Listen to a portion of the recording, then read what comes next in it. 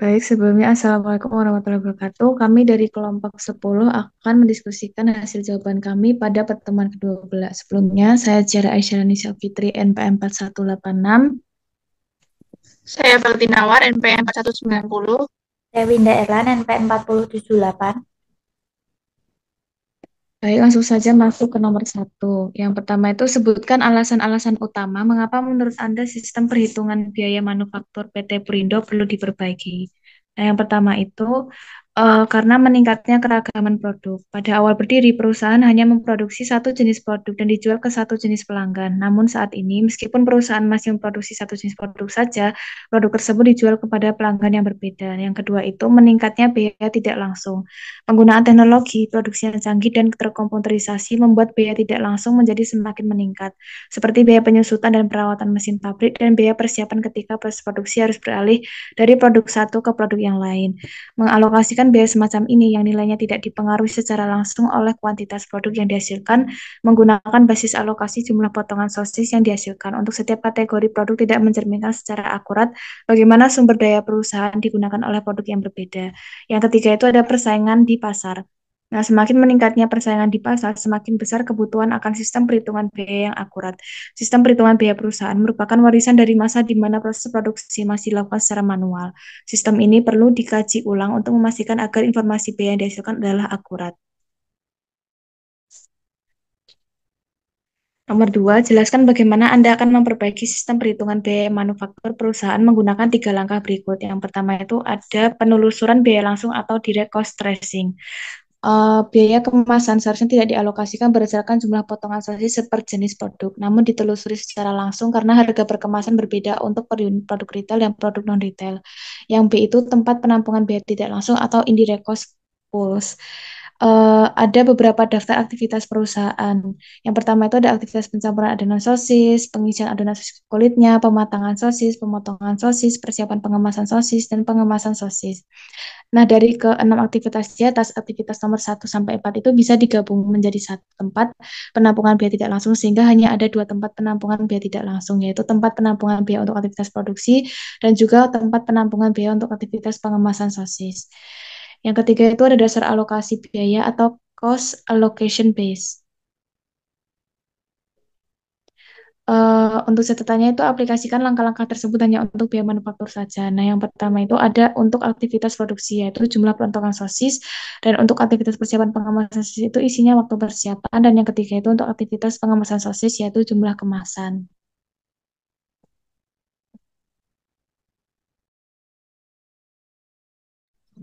Untuk yang selanjutnya, nomor 3, klasifikasikan seluruh biaya perusahaan menjadi A. Biaya di tingkat unit yang dihasilkan atau output unit level cost. Nah, ini untuk biaya tingkat unit itu ada biaya bahan baku, lalu ada biaya tenaga kerja langsung, ada biaya listrik pabrik, biaya kemasan, ada biaya departemen teknik produksi, lalu selanjutnya ada biaya di tingkat batch atau batch level cost.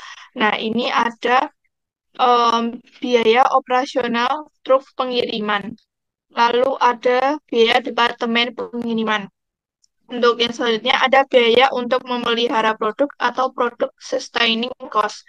Nah, itu em, ada biaya iklan dan biaya perawatan pemasaran. Lalu yang selanjutnya ada biaya untuk memelihara fasilitas atau facility sustaining cost. Nah, itu ada biaya overhead, kecuali biaya listrik, biaya kemasan, dan biaya departemen teknik produksi. Lalu ada biaya administrasi dan umum.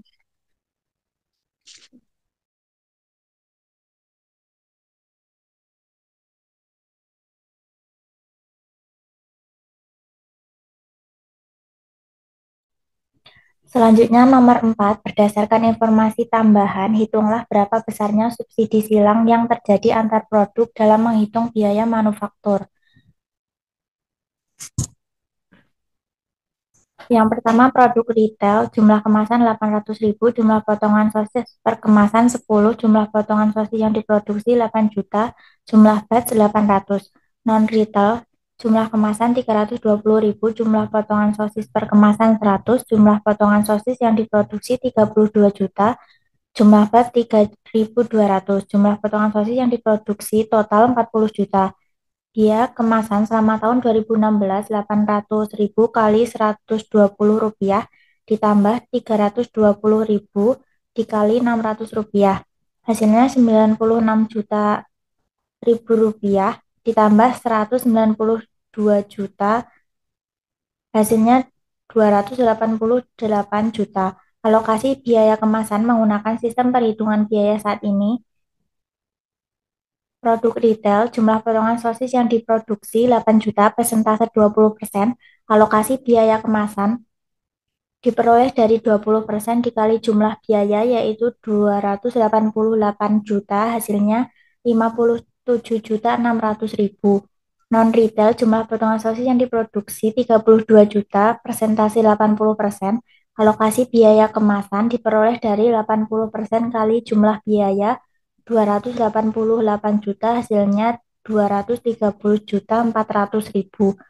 Jumlah potongan sosis yang diproduksi total 40 juta, alokasi biaya kemasan dari retail dan non-retail jumlah total 288 juta.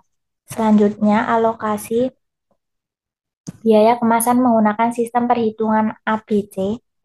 Retail, jumlah kemasan 800.000, harga kemasan Rp120, alokasi biaya kemasan hasil dari penjumlahan jumlah kemasan 800.000 kali harga kemasan 120, hasilnya 96 juta.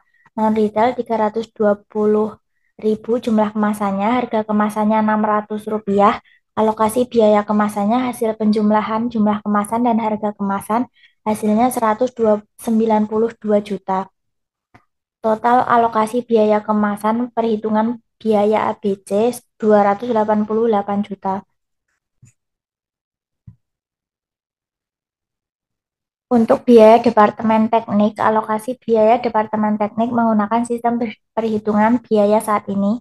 Produk retail, jumlah potongan sosis yang diproduksi 8 juta, persentase 20%.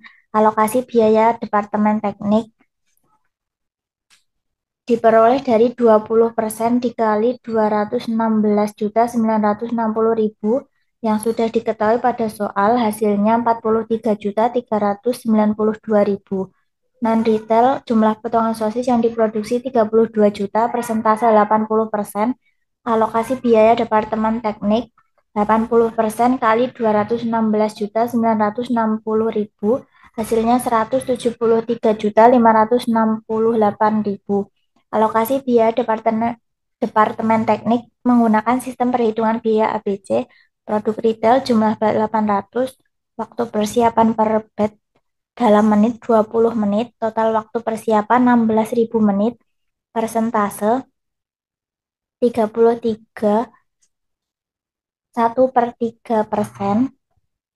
Persentase diperoleh dari 16.000 dibagi 48.000 menit, hasil kali 100, hasilnya 33, 1/3%. Alokasi biaya Departemen Teknik diperoleh dari 33, 1/3% kali 216.960.000. Untuk non-retail, jumlah bednya 3.200, waktu persiapan per bed 10 menit, total waktu persiapan 32.000, persentase diperoleh dari 32.000 dibagi 48.000 menit dikali 100, hasilnya 66, 2/3%. Alokasi biaya Departemen Teknik 66, 2/3% dikali 216.960.000, hasilnya 144.640.000.